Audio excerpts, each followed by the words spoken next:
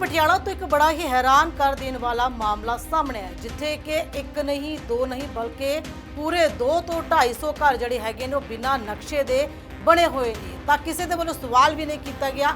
ਤਾਂ ਜਦੋਂ ਸਾਡੀ ਟੀਮ ਦੇ ਵੱਲੋਂ ਜਾ ਕੇ ਲੋਕਾਂ ਦੇ ਨਾਲ ਗੱਲਬਾਤ ਕੀਤੀ ਗਈ ਤਾਂ ਉਹਨਾਂ ਨੇ ਕੀ ਕੁਝ ਕਿਹਾ ਉਹ ਵੀ ਸੁਣ ਕੇ ਤੁਸੀਂ ਹੈਰਾਨ ਰਹਿ ਜਾਓਗੇ। ਤਾਂ ਪਟਿਆਲਾ ਤੋਂ ਇਹ ਪੂਰਾ ਜਿਹੜਾ ਉਹ ਮਾਮਲਾ ਸਾਹਮਣੇ ਆਇਆ। ਤਾਂ ਪਟਿਆਲਾ ਦੇ ਤੇਜਬਾਗ ਕਲੋਨੀ ਦੇ ਵਿੱਚ ਬੜਾ ਹੀ हैरान कर देने वाला मामला सामने है, जिथे लोगों के वालों 200 के करीब मकान बना के अपने परिवारों सने रिहाइश की गई है, लेकिन पार्टी के बनाए गए एक भी मकान का नक्शा नहीं है।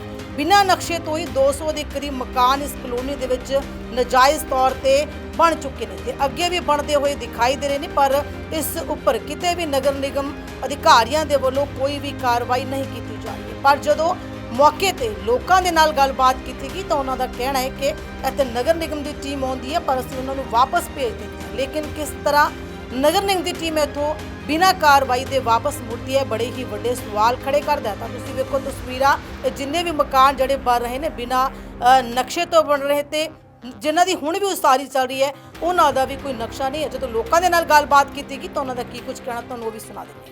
नईम नाम है जी। नईम जी, ये कितनी दुकानें बन रही हैं आपकी? ये 3 दुकानें की एक बैठक है। अच्छा, ये मतलब नक्शा वगैरह पास है इसका सारा? नक्शा पूरे का है नहीं जी एरिया का।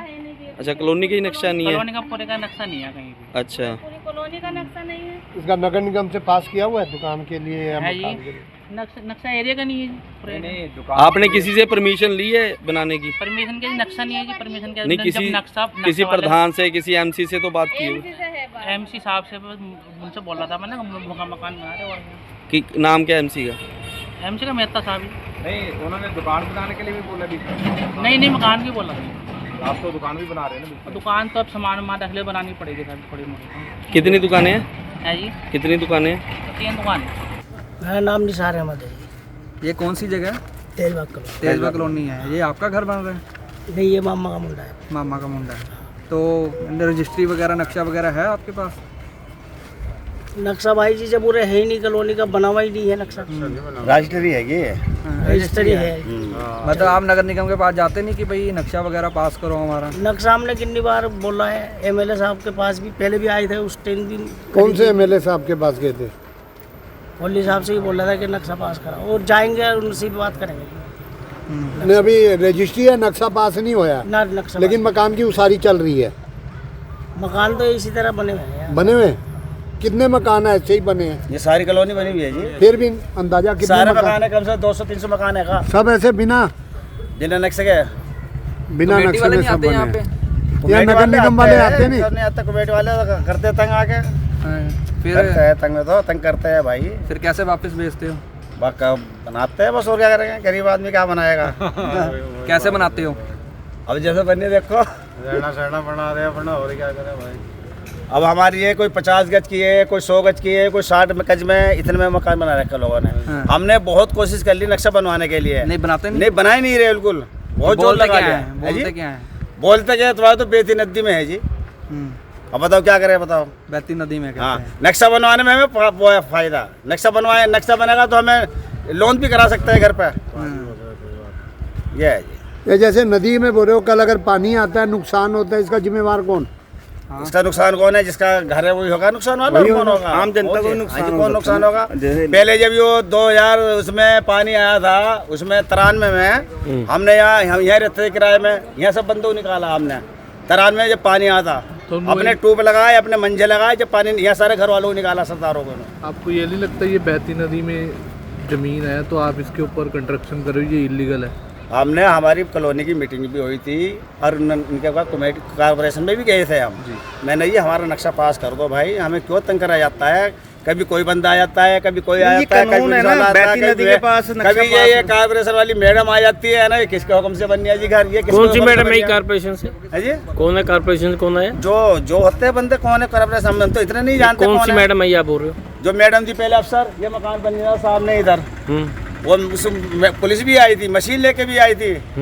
मैंने जी एक बात बताओ, हमारी गलती बताओ क्या आएगी?